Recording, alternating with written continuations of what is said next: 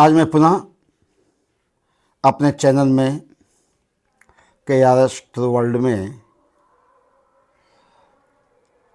राजनीतिक परिचर्चा करने के लिए उपस्थित हूँ। आज 5 राज्यों में विधानसभा की मतगणना हुई। केरल, पांडुचेरी, तमिलनाडु, असम और वेस्ट बंगाल। इसमें 3 राज्यों में बीजेपी ने अपने दम पर सत्ता को प्राप्त किया। तमिलनाडु में भी बीजेपी सत्ता का हिस्सेदार होगी,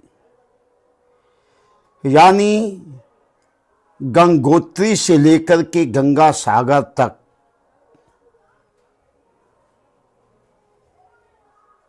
कश्मीर से कन्याकुमारी तक, उत्तर से दक्षिण, पूरब से पश्चिम, हर तरफ आज बीजेपी सत्ता में है। बंगाल का जब हम चुनाव विश्लेषण करते हैं, बीजेपी के सत्ता में आने का कारण ढूंढते हैं तो याद आते हैं पूर्व प्रधानमंत्री स्वर्गीय अटल बिहारी वाजपेयी जी। ये उनकी दूरदर्शिता का परिणाम है, क्योंकि वाजपेयी जी के विषय में कहा जाता है कि वे मुख्यमंत्री बनाते बिगाड़ते रहते हैं। ये उनकी दूरदर्शिता है। जब संघ के संस्थापक मुखर्जी जी की हत्या हुई, एकात्म मानववाद के प्रणेता पंडित दीनदयाल उपाध्याय जी की रस्मी मौत हुई, जनसंघ उस समय भी कार्य कर रहा था, लेकिन कांग्रेस की सत्ता को उखाड़ने के लिए वाजपेयी जी ने संघ का जनता पार्टी में विलय कर दिया। कांग्रेस की सत्ता तो उखड़ गई, जनता पार्टी टिकी नहीं। वाजपेयी जी ने 1980 में जोशी जी, आडवाणी जी इत्यादि राजमाता सिंधिया पुराने स्वयंसेवकों को लेकर के, पुराने अपने साथियों को लेकर के भारतीय जनता पार्टी की नींव रखी।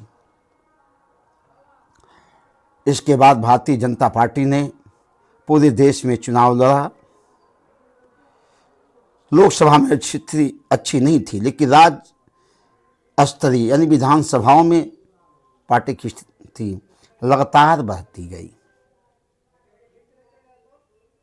अनेक राज्यों में अपने लोगों को मुख्यमंत्री बनवाया, कितने को सहयोग देकर के मुख्यमंत्री बनवाया। आप याद करते हैं तो याद करिए, मुलायम सिंह यादव जी हों या लालू प्रसाद यादव जी हों, भारतीय जनता पार्टी के समर्थन के बिना ये मुख्यमंत्री नहीं बन सकती थी।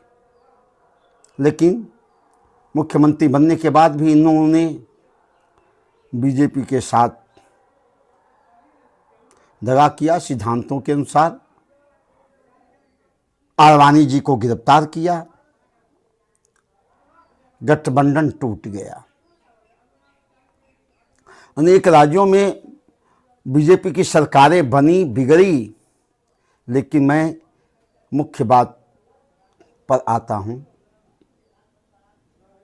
उत्तर प्रदेश में मायावती, भाजपा बहुमत में थी, भाजपा के पास ज़्यादा सीट थी, लेकिन भाजपा ने एक दलित महिला यानी मायावती को अपना समर्थन देकर के मुख्यमंत्री बनाया, उभरने का मौका दिया। ये गठबंधन ज़्यादा दिनों तक नहीं रह पाया। लेकिन एक दलित मुख्यमंत्री उत्तर प्रदेश में बन गया। बीजेपी के साथ दगा किया लालू यादव ने। भाजपा ने, वाजपेयी जी की दूरदर्शी सोच ने बिहार में नीतीश कुमार को सपोर्ट किया। कई बार नीतीश कुमार सत्ता के केंद्र में रहे, उनके पास बहुमत नहीं था, तब भी मुख्यमंत्री रहे। भाजपा बहुमत में होकर के भी, ज़्यादा विधायक होने के बाद भी भाजपा उनकी सहयोगी बनी रही। ये वाजपेयी जी की दूरदर्शी नीति थी। ममता बनर्जी कांग्रेस में थी, मुकुल राय के साथ उन्होंने तृणमूल कांग्रेस में आया।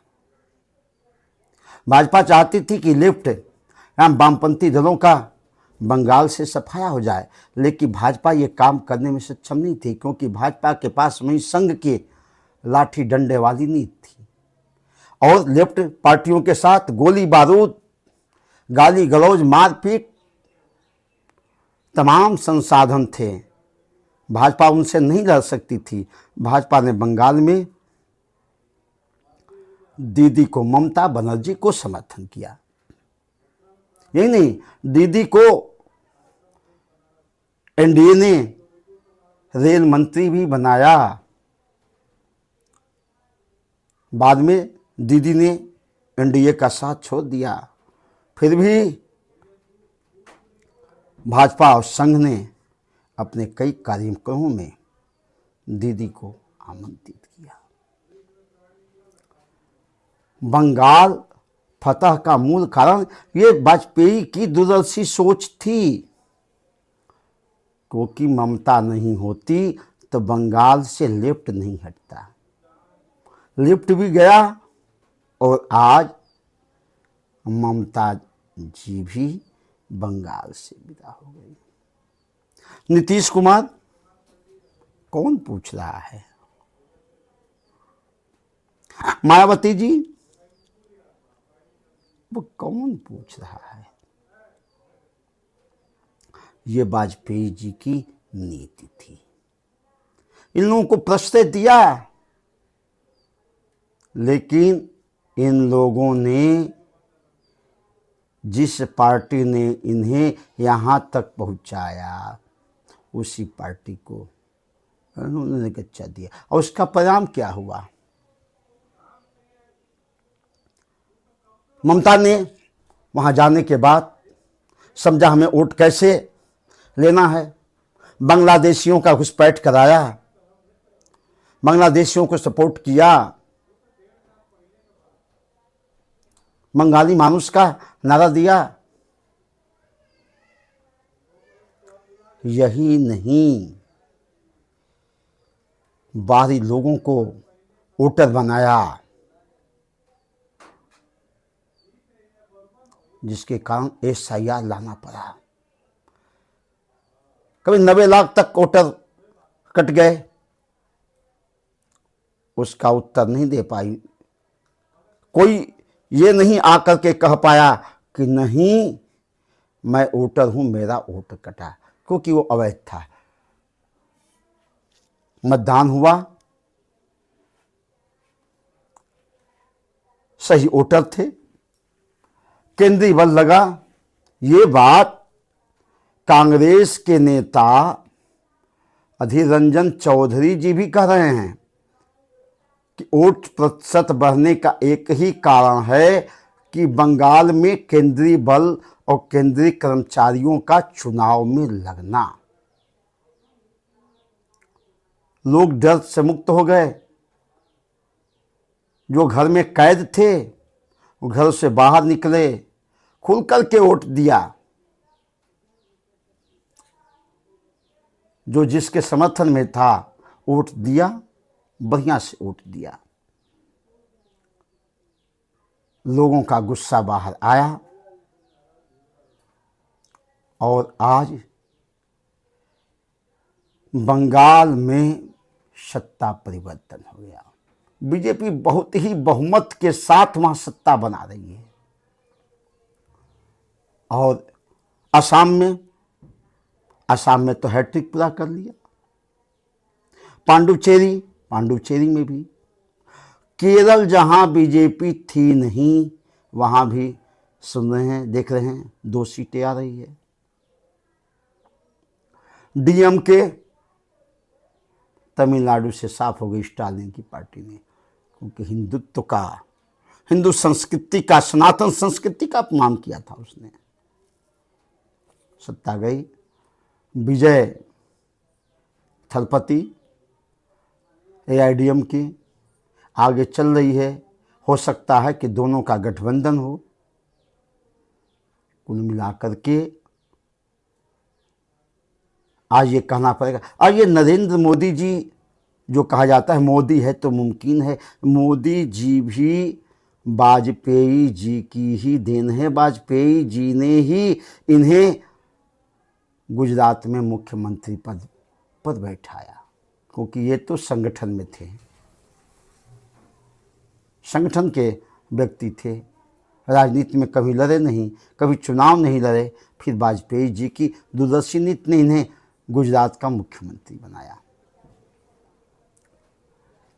तो ये जिसकी भी हो, मोदी की रणनीति हो, मोदी की आक्रामकता हो, शाह की रणनीति हो, शुभेंदु अधिकारी की इमेज हो, या ममता बनर्जी की रणनीति फेल हो, जो भी हो, लेकिन यहाँ पर मैं यही कहना चाहूँगा कि स्वर्गीय अटल बिहारी वाजपेयी की दूरदर्शिता का ही फल है कि आज बीजेपी बंगाल में प्रथम बार सत्ता में आई है। और अब गंगा सागर से गंगोत्री, या कहिए गंगोत्री से गंगा सागर तक भाजपा भगवामय पूरा देश हो गया है। जय हिंद, जय भारत।